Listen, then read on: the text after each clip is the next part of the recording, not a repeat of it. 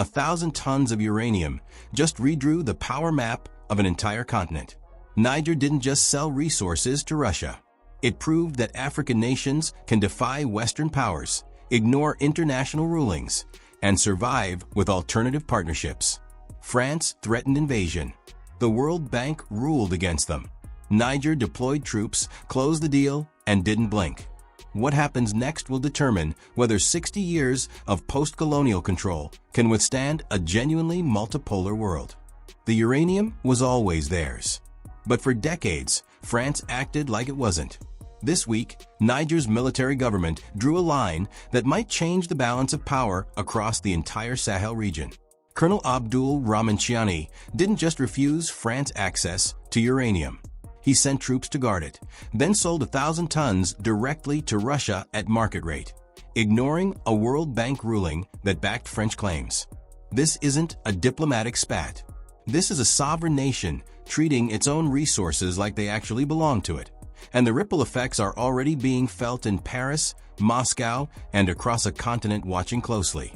For years, France relied on Niger's uranium to fuel nearly a third of its nuclear reactors.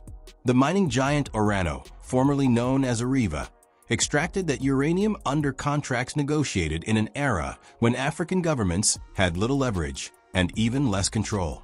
The terms were notoriously opaque, the pricing below market value, and the profits flowed one direction.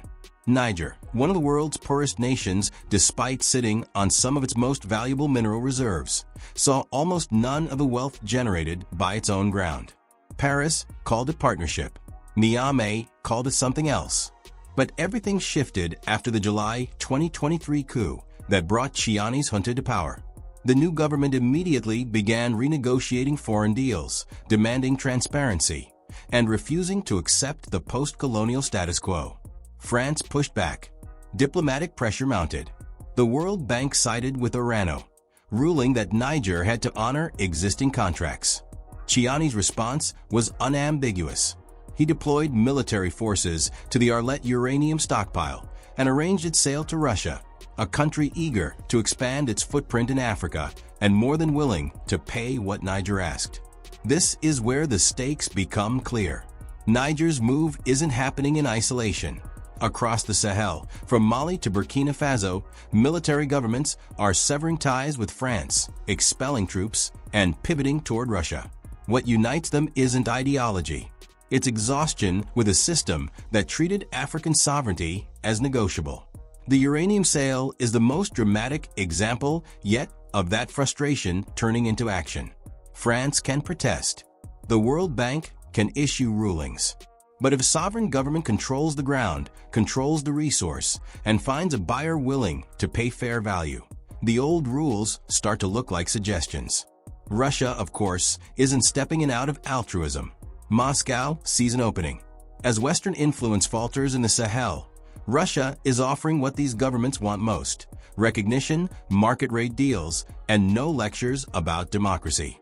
The Wagner Group, now restructured under state control, has provided security support to several of these governments.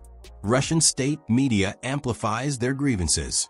And now, Russian buyers are stepping in where France once had a monopoly. For the Kremlin, this is geopolitical opportunity at a discount, a way to weaken European energy security while strengthening ties with resource-rich nations that feel abandoned by the West. But here's the tension. Niger's uranium doesn't just power French cities. It's part of a global supply chain that feeds nuclear programs across Europe. If Niger can unilaterally redirect that supply, what does that mean for energy security in a world already reeling from disruptions? France has few alternatives that don't involve dependence on either Russia or Kazakhstan, both of which come with their own risks. The European Union is watching this closely, not just because of uranium, but because Niger's move could set a precedent. What happens when other African nations look at their cobalt, their lithium, their rare earth minerals, and decide they too want market rate and full control? Chiani's government is betting that sovereignty backed by force is more powerful than international rulings. They're testing whether African nations can actually reclaim agency over their own resources without being economically crushed or militarily destabilized. The answer isn't clear yet. Western sanctions could follow. Investment could dry up. But for now, Niger has its uranium, Russia has a new supplier, and France is facing a reality it long avoided. The era of negotiating African resources as if African governments were optional parties to the deal may be ending.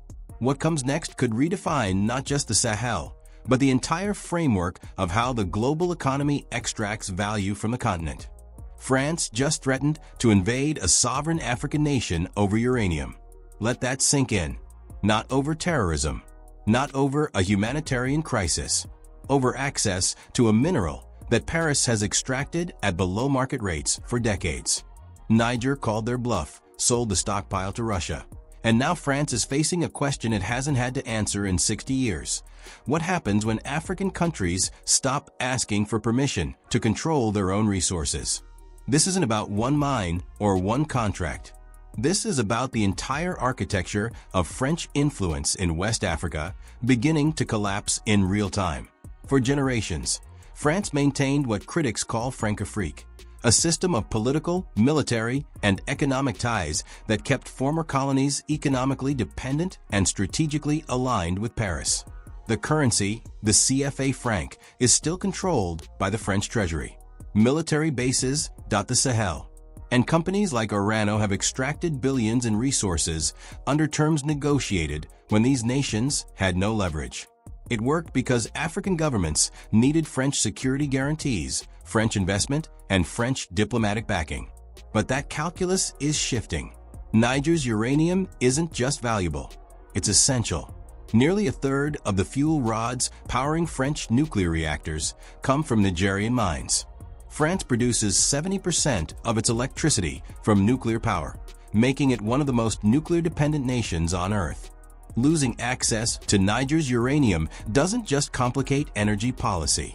It threatens the entire French model of energy independence, a cornerstone of national strategy since the oil shocks of the 70s. And Niger knows it. Colonel Chiani's government understands exactly how much leverage they hold, and they're using it. When Niger's military deployed to secure the Arlet uranium site and arranged its sale to Russia, France responded with language that shocked even close observers. Talk of military intervention surfaced almost immediately. Not covert pressure, not sanctions alone. Actual discussion of using force to secure access to a resource on someone else's sovereign territory. The optics are staggering. A former colonial power threatening invasion to protect its economic interests in a country it once ruled. It's a kind of move that plays directly into the narrative African leaders have been pushing for years. That Western talk of sovereignty and international law only applies when it serves Western interests. But here's the problem France is now confronting. Military intervention in Niger isn't a simple operation. The country is landlocked, surrounded by states that have also turned against French presence. Mali expelled French troops. Burkina Faso did the same. Both have invited Russian security forces in their place. Any French military action would require logistical support from neighbors who want nothing to do with Paris or a long, expensive airlift into hostile territory. And even if France could secure the uranium militarily, what then? Occupy the site indefinitely? Install a compliant government? Both options would shatter whatever remains of France's credibility in Africa and galvanize opposition across the continent. This is where the stakes become clear. France is discovering that traditional leverage, things like diplomatic pressure, economic sanctions, and military threats, works far less effectively when African governments have alternatives. Russia offers those alternatives. So does China. Both are willing to pay market rates, both avoid lecturing about governance, and both are eager to expand influence in a region where Western power is visibly receding. France can threaten, it can sanction.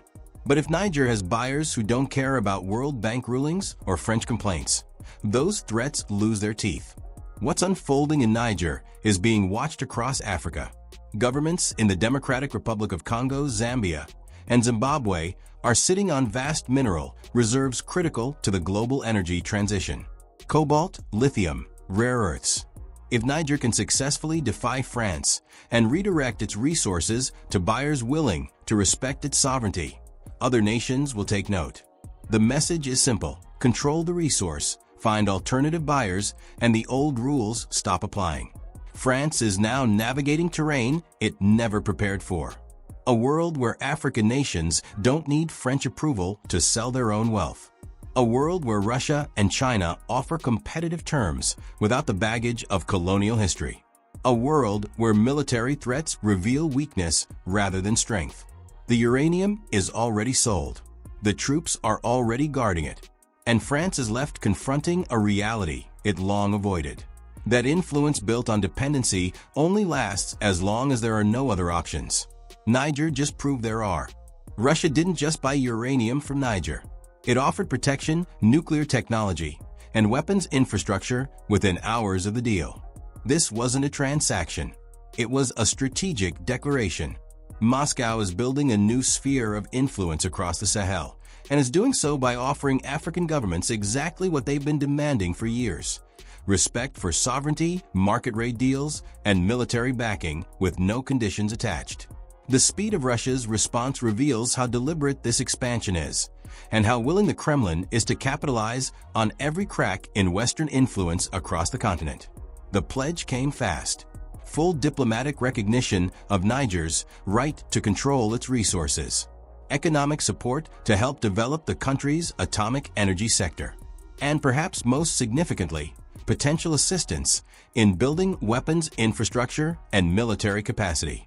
For a government that just defied France and ignored a World Bank ruling, that kind of backing isn't symbolic. It's operational. Russia is signaling to Niger and to every other African nation watching that choosing Moscow over Paris or Washington comes with tangible benefits and none of the lectures about governance or human rights that typically accompany Western partnerships. This is where the pattern becomes visible. Niger isn't an outlier. It's the latest in a series of Sahel nations that have expelled French forces, invited Russian security support, and begun renegotiating resource contracts on their own terms. Mali did it. Burkina Faso followed. Central African Republic invited Russian mercenaries years ago and has since deepened those ties. What connects these moves isn't ideology or shared values. It's exhaustion with a system that treated African sovereignty as conditional and African resources as Western entitlements. Russia saw that frustration and built an entire strategy around it. Moscow's approach is straightforward. Offer what the West won't or can't. Pay market rates for resources instead of negotiating colonial-era contracts. Provide military support without demanding democratic reforms or threatening sanctions over governance issues. And most importantly, treat African governments as actual partners rather than dependent states in need of guidance. It's a low bar, but it's one the West has consistently failed to clear, and Russia is walking through the opening. The atomic energy component is particularly strategic. Niger has uranium reserves, but lacks the infrastructure to process or utilize them domestically. Russia, with its advanced nuclear industry and state-owned Rosatom leading global reactor construction, can offer genuine technical assistance.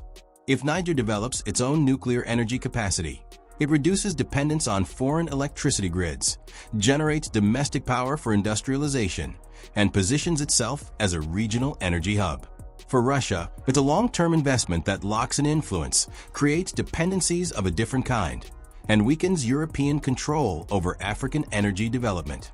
But the military dimension is what changes the calculus entirely. Russia's offer of weapons infrastructure support suggests more than just arms sales. It implies training programs, defense partnerships, and possibly the kind of integrated security arrangements that make it extremely difficult for Western powers to regain influence without direct confrontation. France can't simply pressure Niger into reversing course if Russian military advisors are embedded in the country's defense apparatus. The United States can't easily sanction a government that has Russian backing and Russian buyers for its key exports.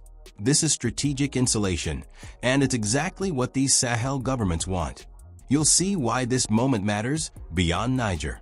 Russia's expansion in the Sahel isn't just about uranium or military bases.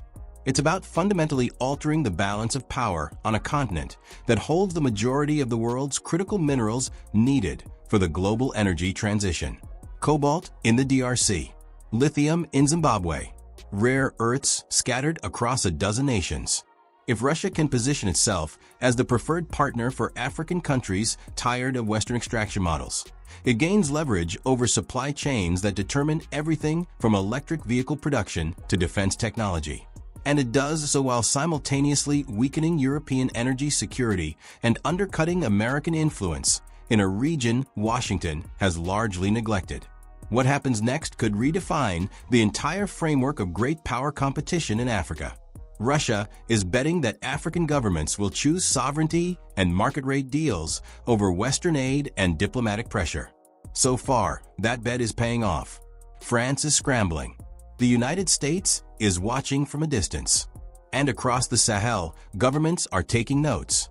The question isn't whether Russia is expanding its influence. It's whether the West has any strategy left to compete. 1,000 tons of uranium just became the opening move in a continental power shift. What happened in Niger this week isn't an isolated dispute over mining rights. It's the clearest signal, yet that the entire post-colonial order in Africa is being renegotiated, not through diplomacy or gradual reform, but through direct confrontation backed by alternative alliances. France is losing ground it held for 6 decades. Russia is gaining footholds across the Sahel. And African governments are discovering they have options they never had before. The implications stretch far beyond one stockpile or one country. This is about whether Western dominance over African resources can survive contact with a genuinely multipolar world.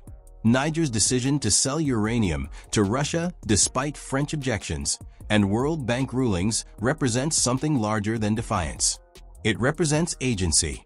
For the first time in generations, a Sahelian government is treating its own resources as assets it controls, not concessions it grants. And it's doing so with the backing of a major power willing to provide military, economic, and diplomatic support without demanding political reforms or threatening sanctions over governance.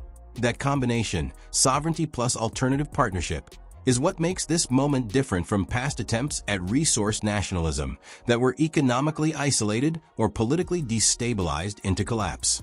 The broader Sahel Alliance is where the real geopolitical weight sits. Mali, Burkina Faso, and Niger have all expelled French forces, pivoted toward Russia, and begun coordinating security and economic policy. This isn't coincidence. It's strategy.